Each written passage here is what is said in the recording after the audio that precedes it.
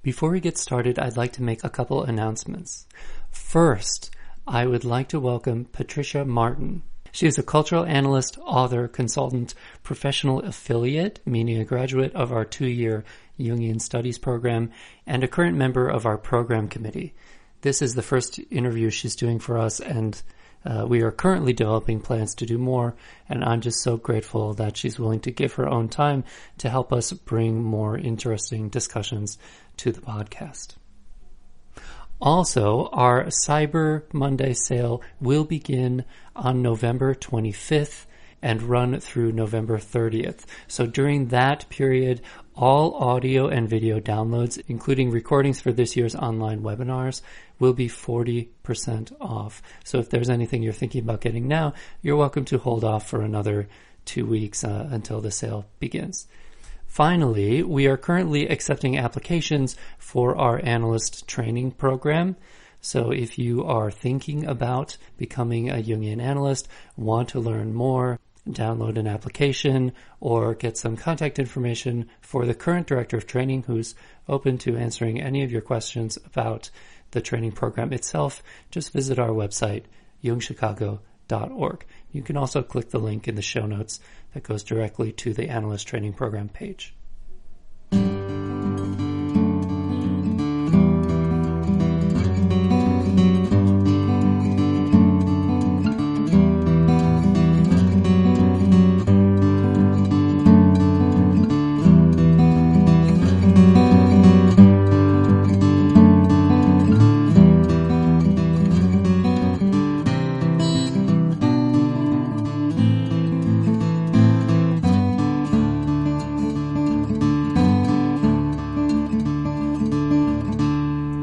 Welcome to the Jungian Anthology Podcast, analytical psychology seminars from the C.G. Jung Institute of Chicago. In this episode, Patricia Martin interviews Boris Matthews, current director of the Analyst Training Program at the C.G. Jung Institute of Chicago, about his own life journey, his perspective on analysis, education, individuation, and the program itself. Boris Matthews graduated from the C.G. Jung Institute of Chicago, is a member of the Chicago Society of Jungian Analysts, and maintains a practice of analytical psychology in the Milwaukee and Madison, Wisconsin areas. He is particularly interested in working with persons who recognize the need to develop a balanced adaptation to the outside and to the inside worlds, work that involves awareness of the individual's psychological typology. Dreams, active imagination, and spiritual concerns are integral elements in the analytic work, the ultimate goal of which is to develop a functioning dialogue with the non-ego center, the self. He serves as the director of training of the Analyst Training Program, regularly teaches classes for analytic candidates, and conducts study groups.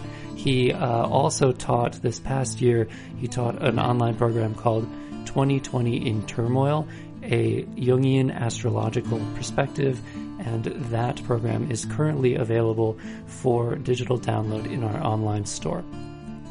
Patricia Martin is a noted cultural analyst, author, and consultant. She has published 3 books on cultural trends. As a consultant, Patricia has helped some of the world's most respected organizations interpret social signals that have the power to shape the collective. Her work has been featured in the New York Times, Harvard Business Review, USA Today, and Advertising Age. She holds an MA in Literature and Cultural Studies at the University College of Dublin and a BA in English from Michigan State University. In 2018, she completed the Jungian Studies program at the C.G. Jung Institute of Chicago, where she is a professional affiliate. A scholar in residence at the Chicago Public Library, Patricia has devoted nearly a decade to studying digital culture and its impacts on individuation. She lectures around the world on topics related to the psyche and the digital age, the future of the collective, and the changing nature of individuation, all concepts discussed in her forthcoming book, Will the Future Like You? I also want to note that there was some mysterious background hum that I did my best to remove, but the audio quality is affected slightly. I'll continue to work on improving the audio quality for these interviews and appreciate your patience as this venture develops a little more and we get better at doing it. So now here's the interview. Hello, my name is Patricia Martin, and I'm a researcher and an author and a professional affiliate at the C.G. Jung Institute in Chicago. Today I have with me Boris Matthews. He's the Director of Training at the C.G. Jung Institute, where he leads the Analyst Training Program. Boris is a highly respected Jungian scholar, a teacher, and he has translated Carl Jung's ideas into books and lectures for worldwide audiences. Welcome, Boris. It's great to have you with us today. Well, thank you. I appreciate your taking time to do this. Oh, I'm thrilled to get the chance to talk to you. We'll be talking today about the Jungian path to becoming an analyst and what makes it unique from other types of psychotherapy. And how about if we just began with your own journey? How did you find your way to Jung? Indirectly, I think in graduate school I was already thinking in Jungian terms, although I didn't know it at the time. And I did a couple of graduate school papers interpreting or translating some of the symbolism in a novel. And my grad professor gave me a B, which of course, in grad school, a B is a failing grade. It's a warning. And then I was trying to be an expatriate, which I didn't succeed at. I gave it a 3-year shot and just, couldn't pull it off. But anyway, in that first year out of the country, in the winter, I had a major dream, which woke me in the middle of the night. And I knew that there was something significant there. So I stopped in at a clinic on my way to the job that I was doing at the time, and turned out to be the Jungian clinic in Stuttgart, Germany. And then it took, several years to actually do anything more about it. But I discovered then, Man and His Symbols, and that early book by Demet and Kleitman on REM sleep. And then Memories, Dreams, Reflections, and I was hooked. And it took a few years after that to get into analysis and then finally get into training. But that initial dream that has really been, formative, but also when everything comes back to what am I doing, the dream really tells me, what I'm trying to do. Well, how Jungian that you could have found yourself at a crossroads and then had a dream that started to indicate maybe you should go this direction. Is that common? I mean, why do therapists turn to Jung after they've been out and practicing for a while? I think one of the reasons that therapists turn to Jung after they've been practicing a while is that they realize that they've gone as far as they can go with their conventional approaches and techniques. And I'm not at all downgrading the value of a lot of the conventional approaches to psychotherapy. A lot of it is really what the client needs at the time. But, you get to a point where, especially if dreams are coming up, which doesn't necessarily be a topic of discussion in some of the conventional therapies, but if the client is having dreams and the therapist can't deal with them and the dreams are bothersome, and it doesn't make any sense to try to interpret them only in terms of interpersonal relationships or working or home situations, then, you got to find something else. And my initial dream wouldn't have made a bit of sense from a typical this worldly point of view. I'm thinking as I'm listening to you that would really be a major difference in how Jung saw the analytic process versus, for instance, Freud. In that it was really the unconscious plays a very big role in analysis. And I was wondering if you could talk a little bit more about that and how you train analysts to surface some of that. Good question, Patricia. One of the major differences between Jung and other people is his position that the organism as a whole is a self-regulating entity, if you will. Psyche and soma together are self-regulating. And they are growing toward some sort of full manifestation. All right. Now, to translate that abstraction, the acorn, whether it knows it or not, is going to be an oak tree. And regardless of, unless it's killed along the way, it's going to, whatever shape it takes, it'll deal with the weather, it'll deal with the animals, it'll deal with people. But it's going to be an oak tree. And so this is one of the fundamental positions in Jung's view, which has always been appealing to me, that life is purposive, whatever the right adjectival form is, right? Yep. Now, I still haven't answered the question of what's the purpose of life. And nevertheless, there is that point of view, telos, T-E-L-O-S, it's headed toward somewhere, not just the grave. And there is evidence in Jung's writings and the writings of other analytical psychologists. There's rich evidence, for me in any case, from near-death experiences where people have actually been clinically dead, out of their bodies. Everything is shut down, heartbeat, brain waves. They've been clinically dead, yet they come back and they can tell what they experienced out of body, So life in the body is not the end of it. And I think we'll get to this later, but we're at a point in time when perhaps more and more people are asking this question about purpose, personal purpose. Why are we here? What are we doing? I don't think we have good answers yet. So back to the unconscious. Well,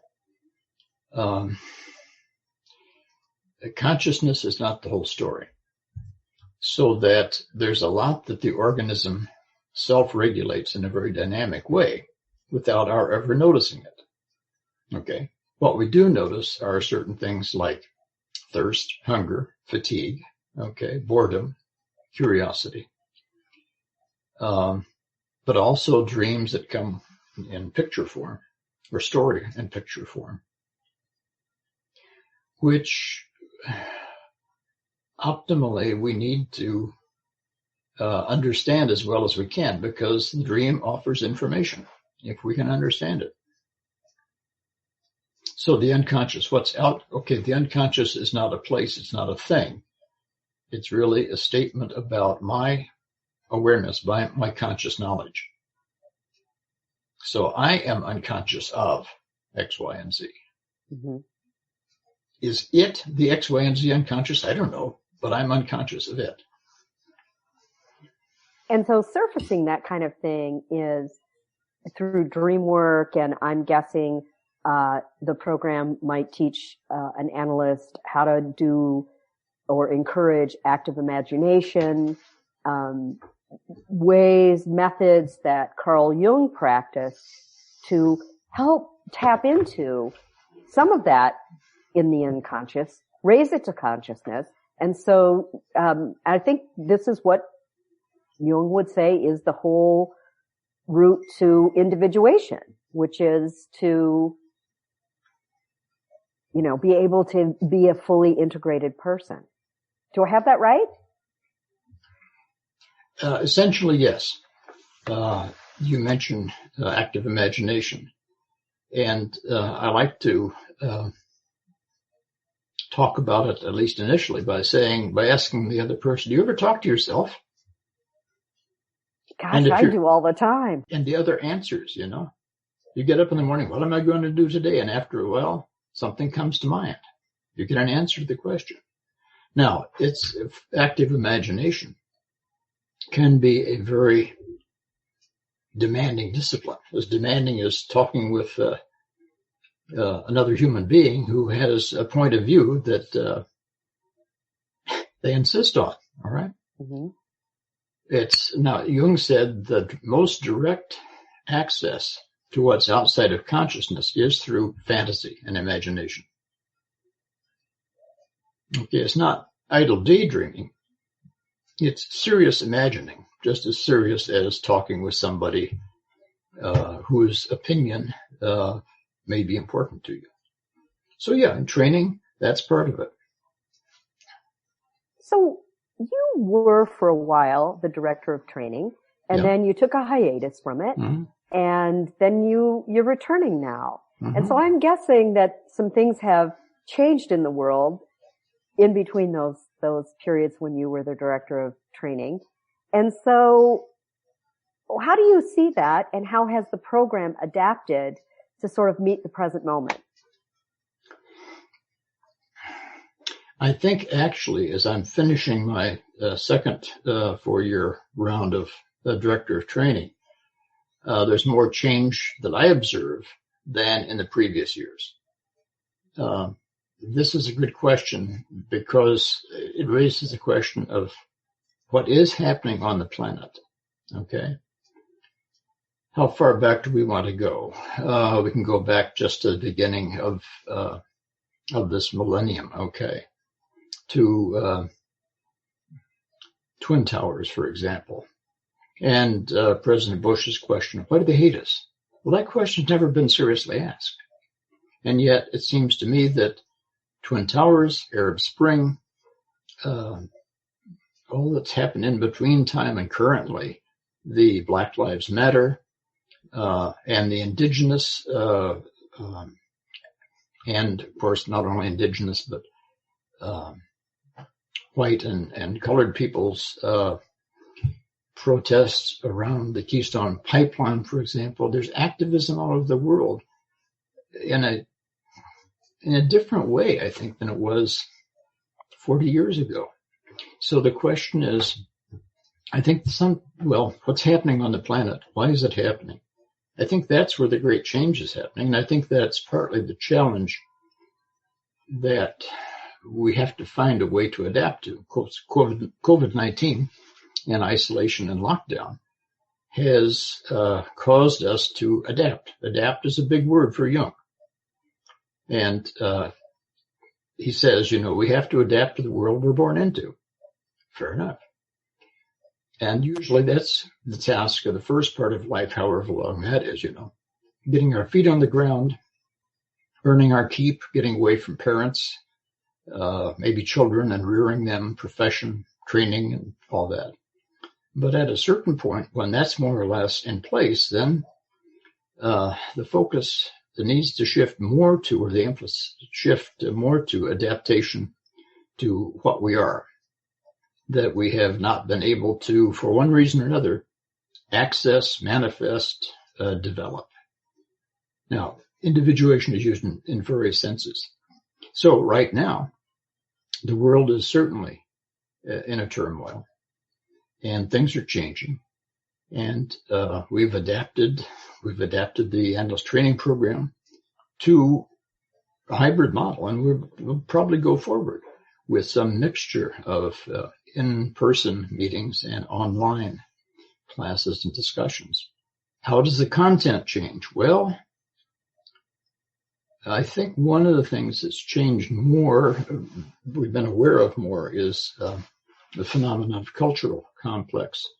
There was a Founders Day a few years ago focused on the cultural complex. Okay, not only do people have complexes, not only do complexes have people, complexes have cultures. Typical patterns that are emotionally charged. So going forward, I think that, at least for me, the challenge is to stay close to primary experience while trying to understand it. You know. So the primary experience would be one's own experience? That's a start, yeah. But also your experience, which may be different from mine in some ways. So you've been practicing as an analyst for several years now, and what to you has been most gratifying about your work as an analyst? And let me add, as a Jungian analyst. Huh. Well, that's the only kind of analyst I am, so I can't speak for any other kind of analyst. But what the teaching has been really gratifying, as has the clinical work with the clients and with the analytic trainees, candidates. I've always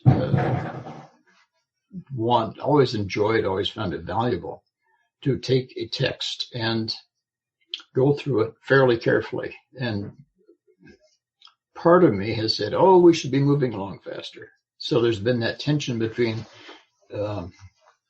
we really get through this paragraph and get something out of it.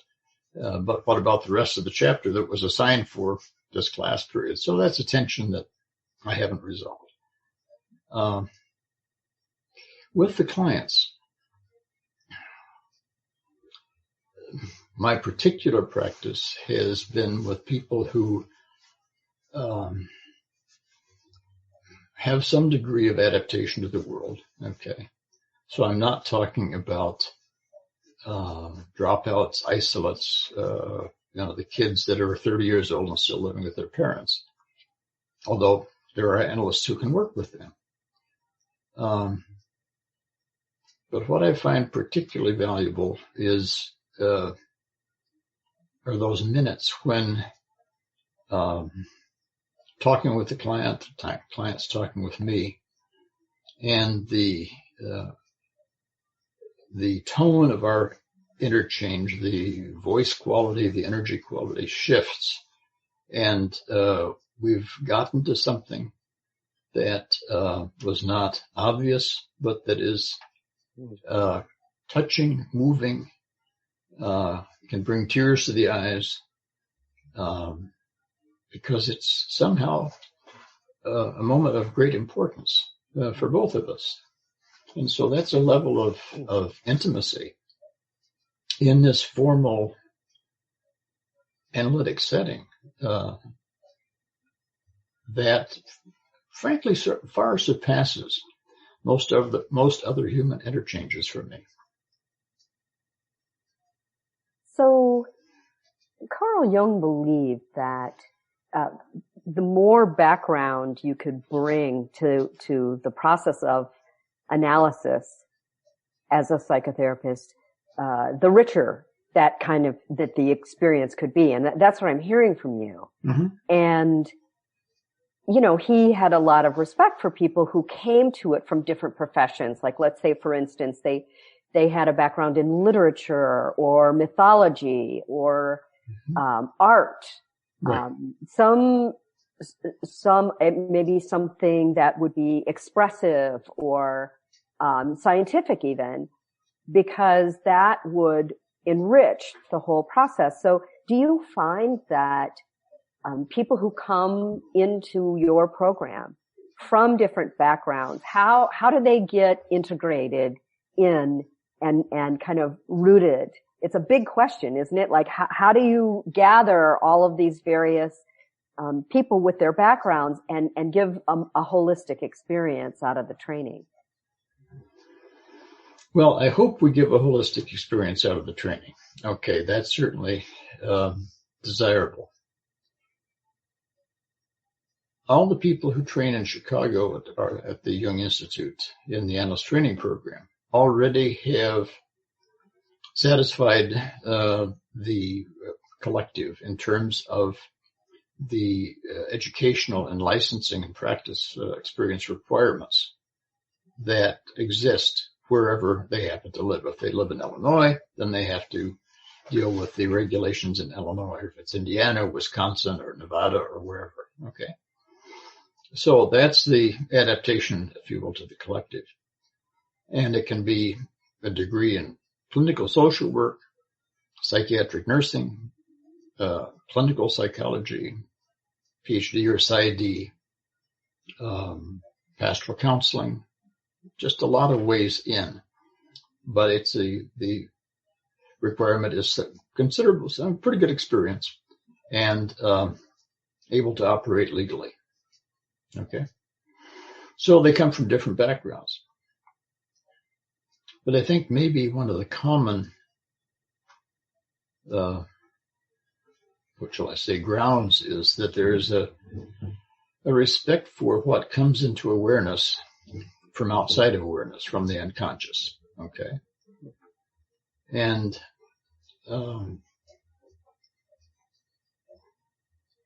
what else? That's maybe the beginning, and then perhaps also the idea that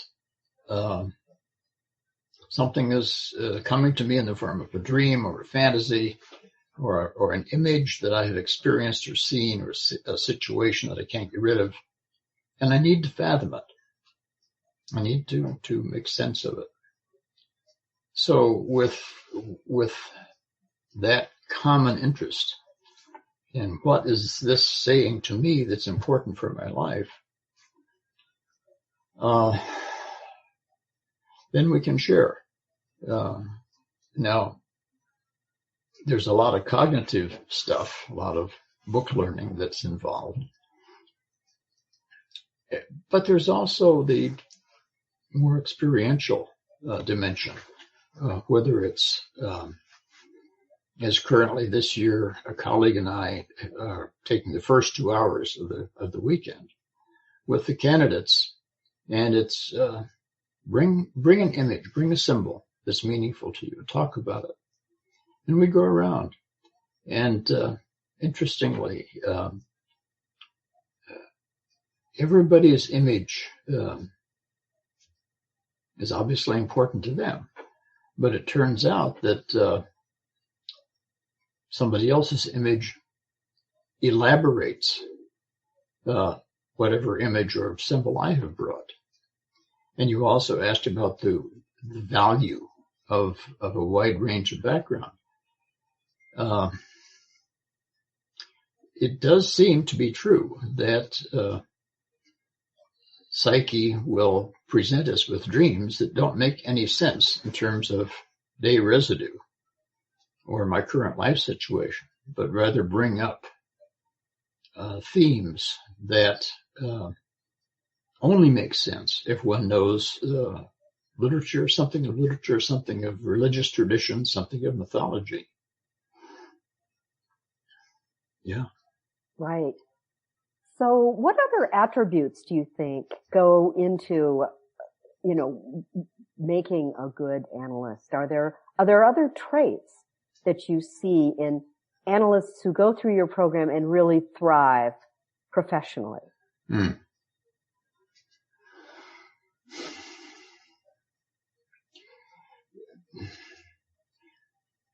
Yeah.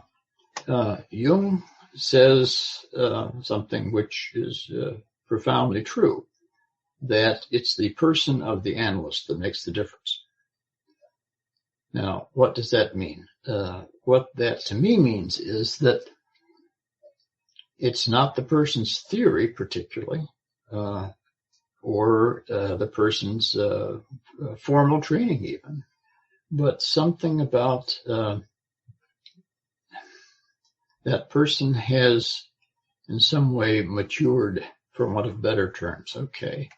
There's of course an ability to listen, a receptivity that can actually resonate with what the other person is saying. So, I think analysts practiced somewhat differently. I would like to think that we fundamentally share the same skeleton cognitive or intellectual skeleton, or, how we think things work. But, what does that mean? That it's the person of the analyst that makes the difference.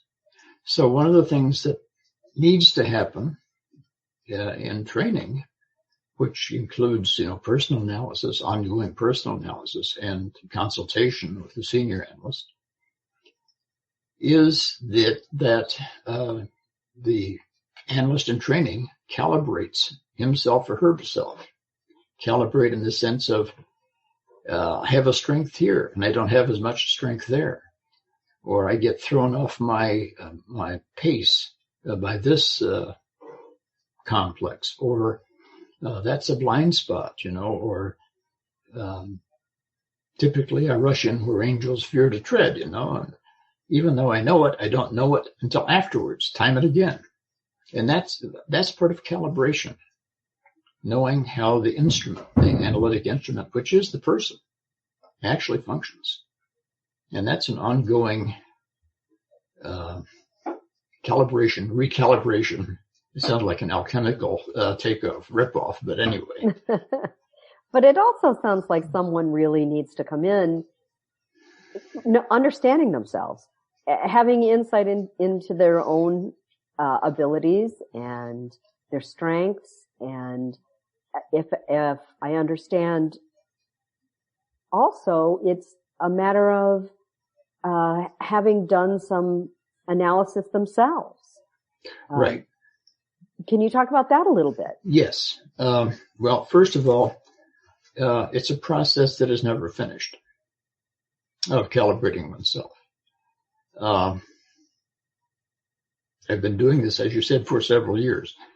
And just recently, I had to recognize in a new way that part of me is naive.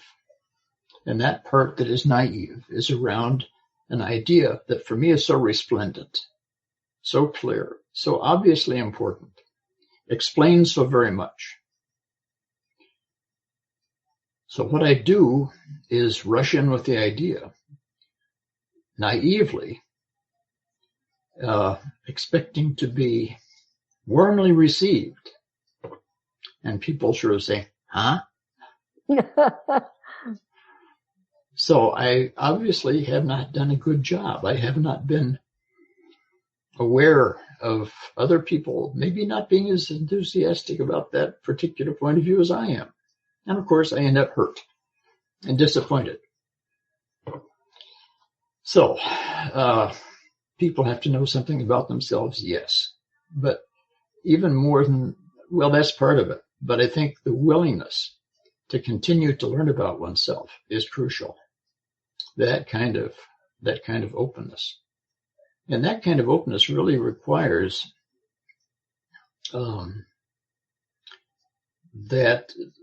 a person feel pretty solid in herself or in himself.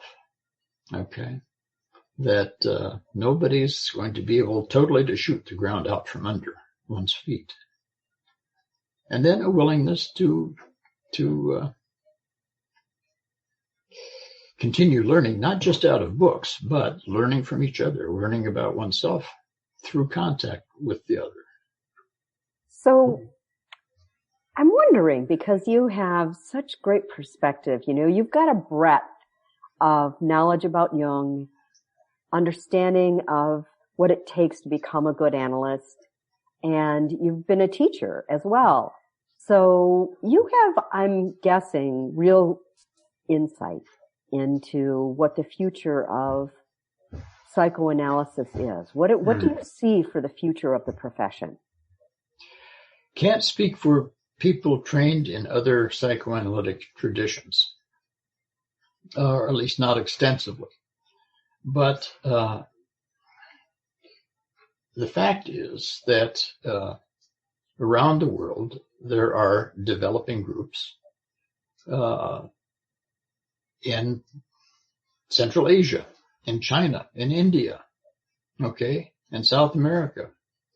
These are developing groups of people often, younger than our trainees, who have discovered Jung in one way or the other and are learning to be analysts. There is a hunger out there, definitely. There's a hunger in this country. If you go on the internet and put up Jung, you're going to find a lot coming through. A lot of it, of course, is Jung's name taken in vain. All right, that's part of it. But there is really good stuff out there, too, on the web. So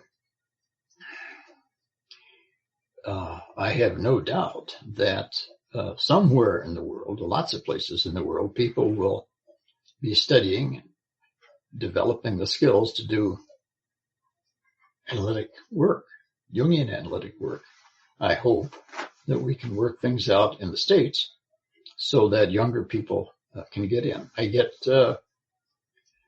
inquiries, what does it take? How much analysis beforehand? How long is it? Those kinds of things. And these sound like young people who are eager. So Jung's discoveries are not going to go away.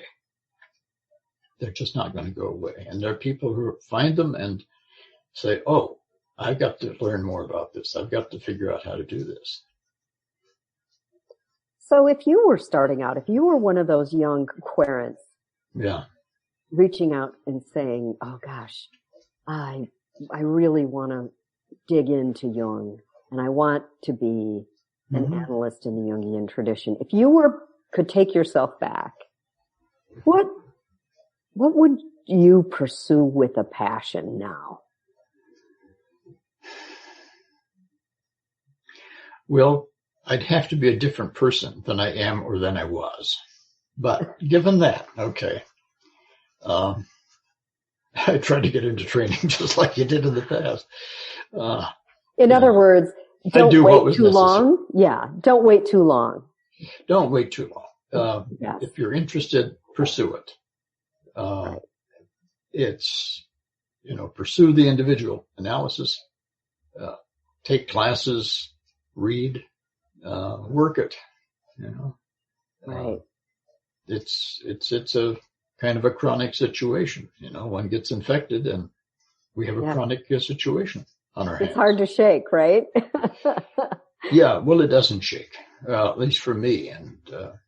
And part of it is, that we scrape down through so much conditioning. That's simply the way it is. Wherever we're born and reared, we are conditioned by that environment. And that conditioning is intended to help us adapt to that particular situation. Okay, some of it may not be as necessary as the culture thinks it is, but okay.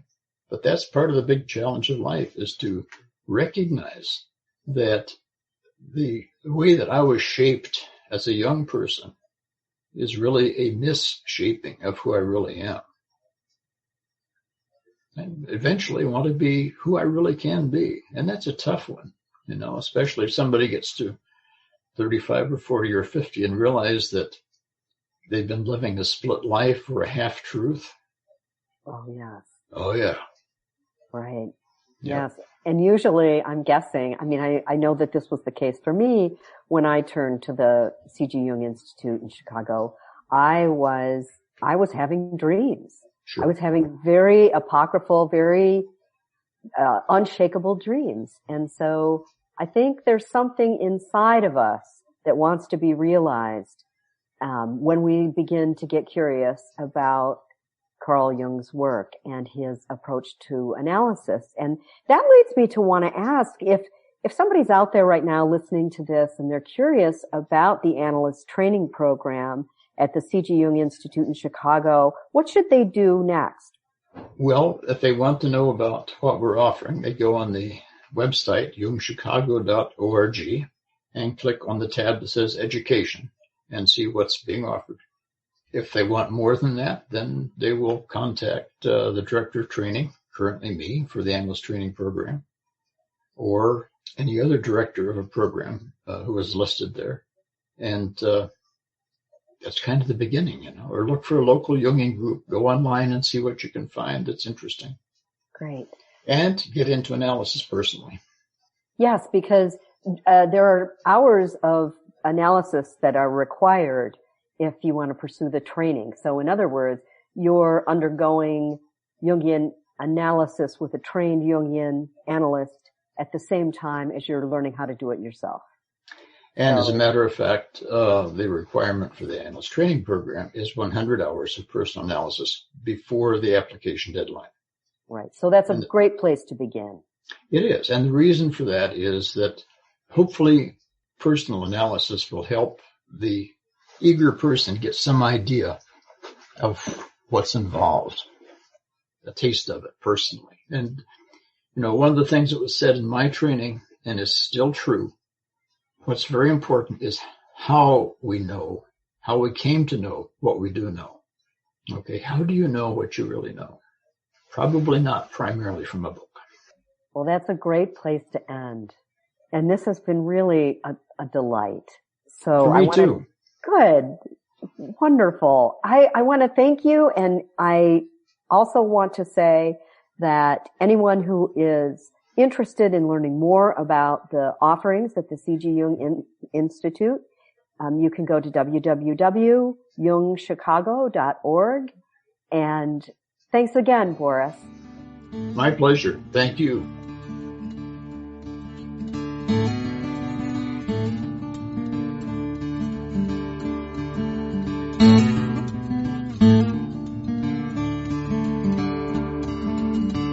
This podcast is distributed under a Creative Commons Attribution, Non-Commercial, No Derivatives license.